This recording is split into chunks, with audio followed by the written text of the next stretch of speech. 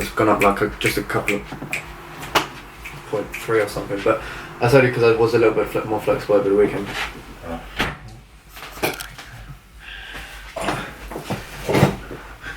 Cool. Good?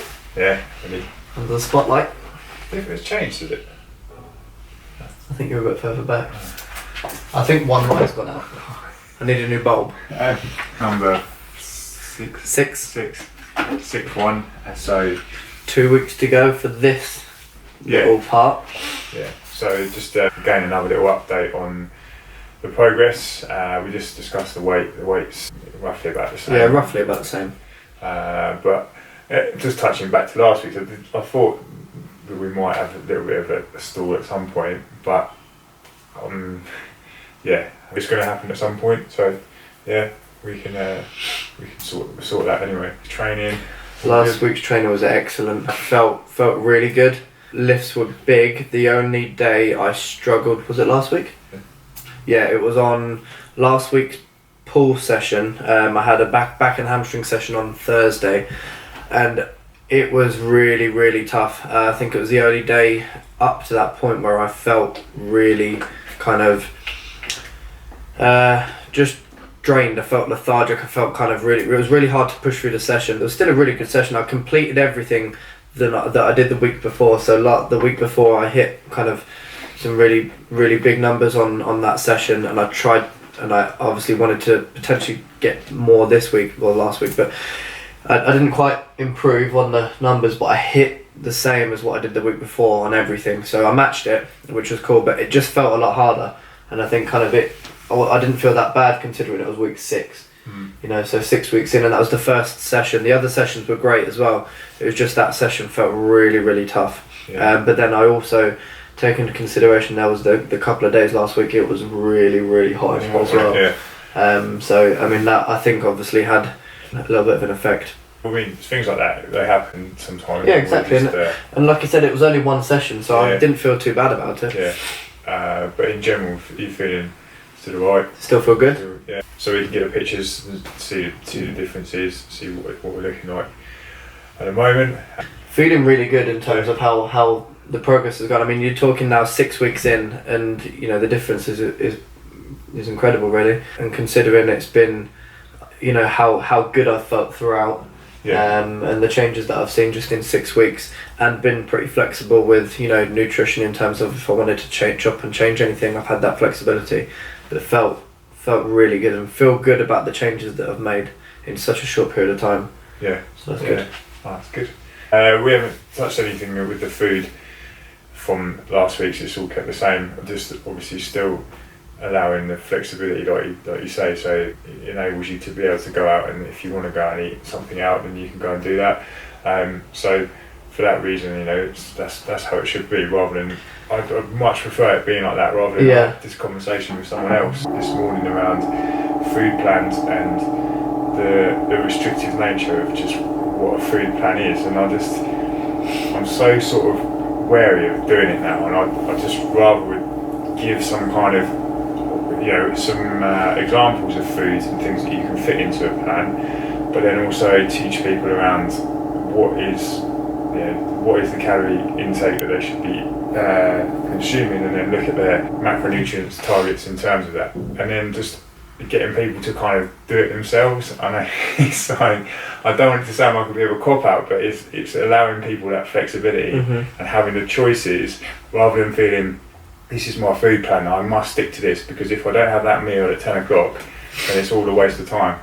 I just feel that it's not real. No, it's not real. It's not. And the reason I say it's not real, because how long does that last for? Yeah. You know, if you can do it up to a certain point, but there's always going to be a period of time where you revert back to what you were doing before, and if you can just make slight changes to what you currently do, it just makes more sense. Yeah, just take your current eating habits, and we can just tweak things and change things slightly.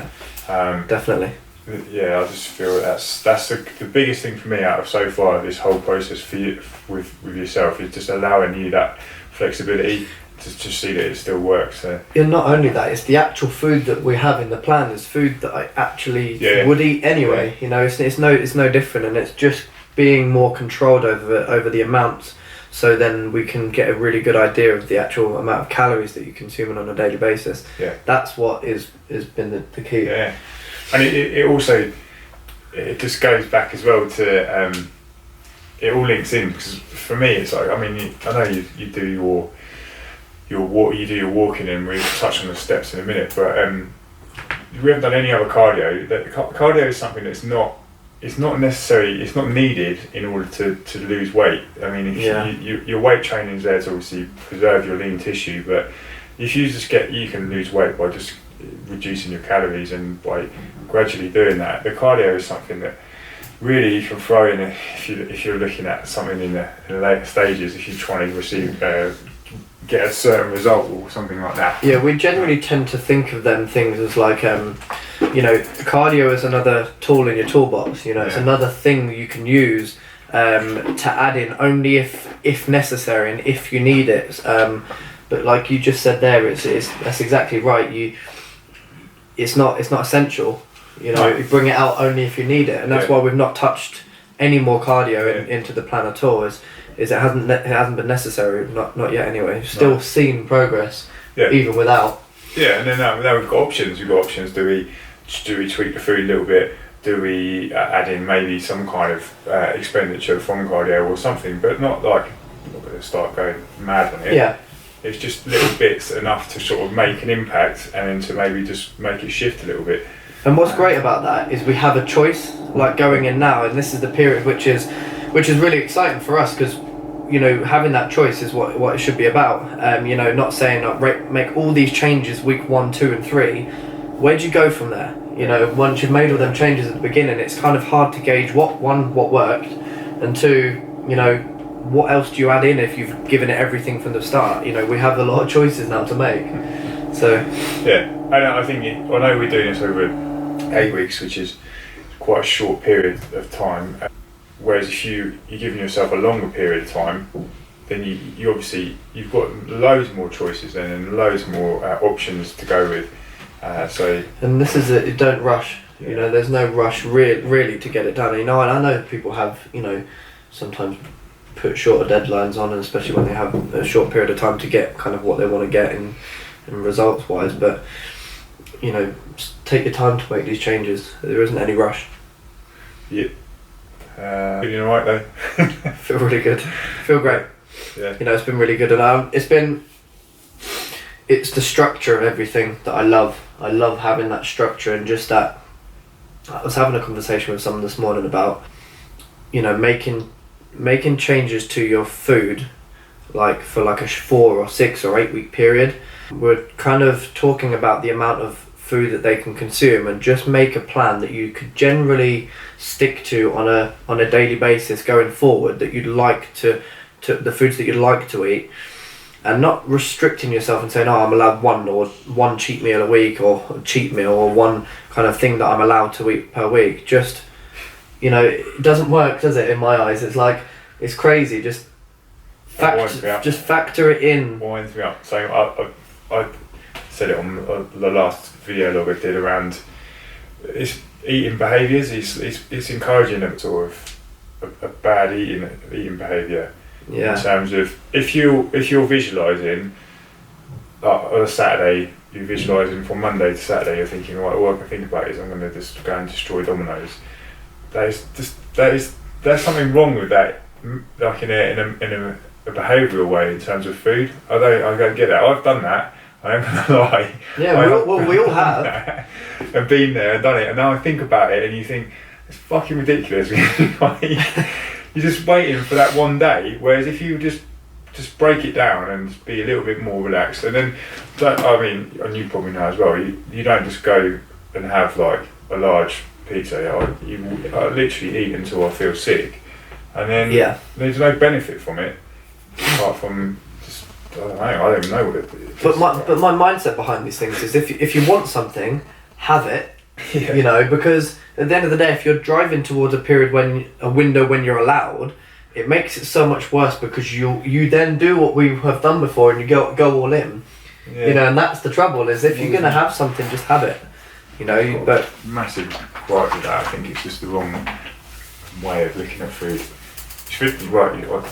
Everyone enjoys food, and you should be able to enjoy it. Like, eat the foods that you like. If you don't like something, just don't eat it. Yeah. I had a question actually from someone about, to ask questions. Yeah. Yeah, someone asked a question around types of carbohydrates and should they be eating, I'm trying to remember it right, eating certain sources of carbohydrates, and should they not eat them closer to going to bed because it will store fat?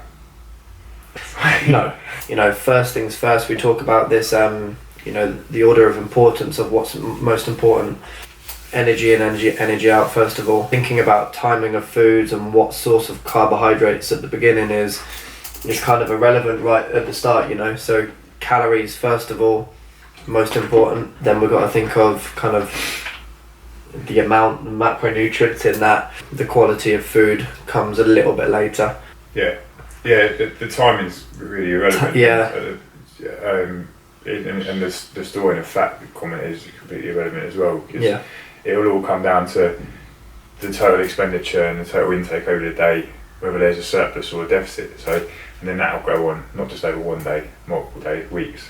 Yeah, I mean, we're not saying it's not important at all, but we're saying, to be thinking about these things early on is. Yeah, but my example is I will go through days where I can't go to, I hate going to bed if I'm hungry, and I find it really hard to do anyway. Yeah. So, like, recently I've been pushing a lot of my food and well, not saving it, but like saving a lot of the carbohydrate sources to the end of the day. Yeah. Where I know that I'll enjoy oats, for example, and things like that, and I'll just go to bed and I'll be a lot fuller. And they'll also help with sleep as well. Yeah, it does help with sleep. But that's just a personal choice. I just feel like, and from spending a lot of time going to bed hungry in the past, just to now doing it the other way around, and there is like, I don't think I'm fat. Yeah. Another question related to this, which wasn't specifically answered this week, but I get a lot, is eating late at night. And again, it comes down to the same thing: is if you need that amount, if you need them calories in the body in the day, in my eyes, it doesn't matter when you eat them. It could be kind of 10, 11 o'clock at night, and your body needs it. It's not going to make any difference. You can eat late at night, and you can go to bed full. Yeah. It's not gonna you're not gonna get fat overnight doing that. I think that's a lot of that comes down to an old myth, bodybuilding myth, doesn't it, around eating after 6 o'clock or something, whatever it was. I don't know. Carbs after 6. No carbs after 6, or you'll store it as fat. I don't know. No. No, again though, if anyone does have any more questions, we will be able to, if we kind of get a load of them, we'll be able to put them in specifically and go into maybe a little bit more depth about a group of questions for next week and going forward. That's it. We'll just put that picture of the step as a step thing in the step count. I'll touch on that.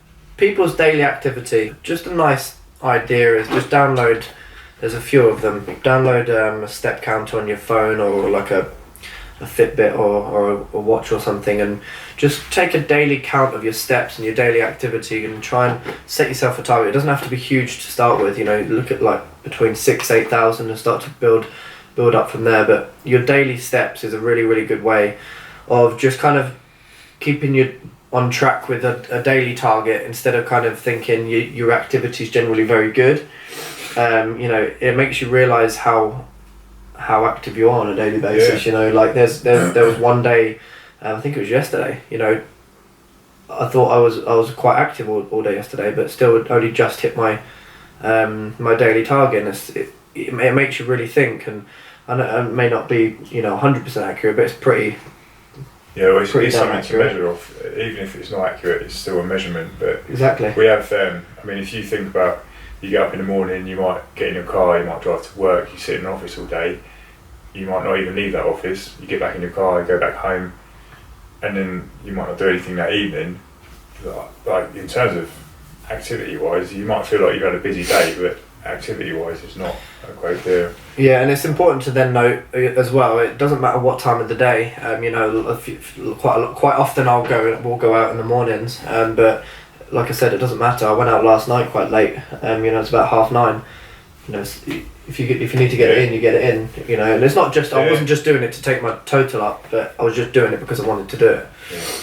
I find to set like say not that I've been off off my other work, so that I have weekends now. Say if in the week I'll be doing stuff here and training and bits, and say if I have like a day where I'm not training, and then I'll noticeably see that it's just a lot less activity in terms of my steps. Yeah, it makes me think about it. Yeah, I'm a lot more I'm a lot more conscious of it. Just done it, sitting it.